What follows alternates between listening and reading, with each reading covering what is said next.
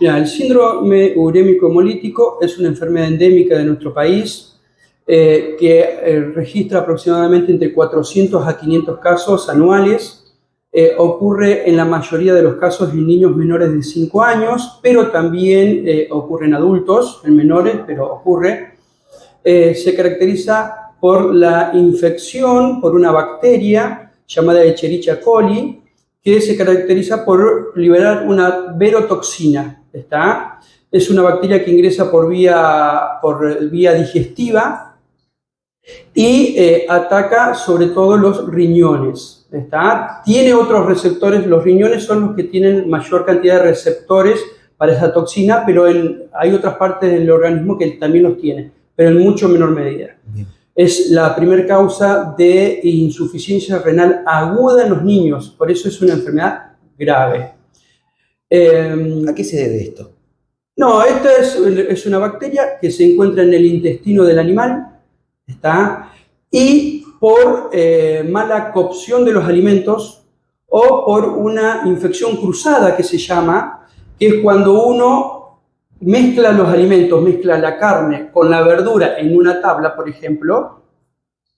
La carne está contaminada, se mezcla con la verdura y cosas. Y eso produce también que en la verdura se encuentre la bacteria. Aparte también tenemos que tener presente que se encuentra en las manos. Por lo tanto, siempre, lo vivimos mucho en el COVID, eso se manifestó mucho, en esta enfermedad lo mismo. Es fundamental lavarse las manos. Antes de manejar alimentos. Como también otra medida de prevención, uno no lo tiene tan presente, pero es la ubicación de los alimentos en la heladera, por ejemplo. Nunca, siempre en la parte de arriba de la heladera se ponen las comidas ya cocinadas, las que inmediatamente salen de la heladera y va a la mesa, y no ponerlo crudo arriba, porque, por ejemplo, una carne que se cae un poquito de sangre, puede contaminar la comida que va como una tarta, unas empanadas, y el niño se contagia. El niño o el adulto.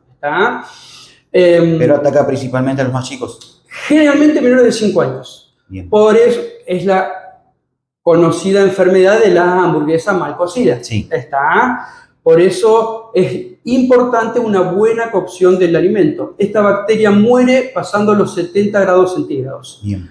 Por eso también, cuando uno corta la carne, la hamburguesa tiene que estar bien cocida y no se tiene que ver que está roja, porque si ve que está roja es porque no llegó a 70 centígrados la cocción. Bien. Dentro de lo que es esta enfermedad, bueno, se habla mucho también de las edades en las que los chicos tienen que ingerir ciertos alimentos. ¿Tiene que ver con esto o es algo aparte?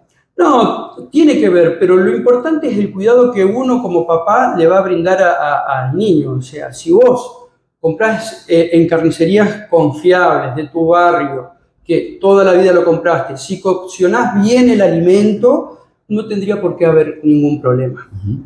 El tema es cuando uno sale a comer a un lugar donde no conoce, o empezás a comprar en algún lugar donde faenan el animal de manera incorrecta, no viene de frigorífico, entonces ahí el riesgo va aumentando. Bien. Eso es lo que uno tiene que tener presente. Pero no es que tiene prohibitivo el alimento al niño. Bien. O sea que es importante la diferenciación también a la hora de guardar los alimentos. Es muy importante. Bien. Lo que también tenemos que saber, sobre todo los padres, es que es una enfermedad que se manifiesta de manera digestiva. O sea, el chico empieza con diarrea.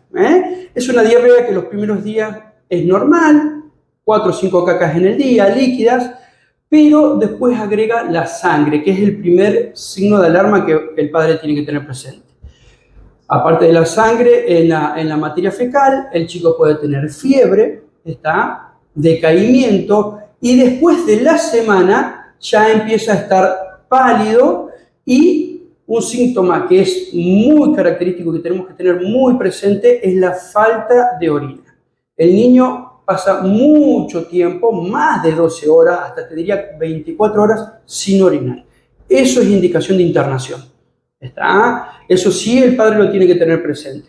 ¿Y cuál es el tratamiento, Milton? No, el tratamiento es sintomático. No es que hay un tratamiento para la toxina. Una vez que la toxina está en el cuerpo, el mismo cuerpo la tiene que ir eliminando, y es un proceso que demora mucho tiempo. O sea, Lo fundamental es hidratar al niño, como todo cuadro gastrointestinal. Es ofrecerle mucho líquido. Entonces, si el chico no vomita, es continuamente ofrecerle líquido para que ese riñón llegue el flujo sanguíneo suficiente para que pueda filtrar esa toxina. Tenemos que acordarnos que esta afectación renal también tiene afectación del glóbulo rojo, por eso la anemia, y de las plaquetas, por eso el sangrado en el tubo gastrointestinal. En casos que ya son graves, inmediatamente acudir a algún centro de salud, ¿no? Sí, no, por supuesto, no. Paciente con diarrea, o sea, deposiciones líquidas, más de 4 o 5 por día, en caso de los lactantes que rebalsen el pañal y sangre, tienen que consultar a la guardia o al pediatra del paciente. No significa que todas las deposiciones, o sea, las diarreas con sangre, son el síndrome urémico hemolítico o son producidas por estas bacterias, pero es indicativo de consulta. Diarrea con sangre es indicativo de consulta.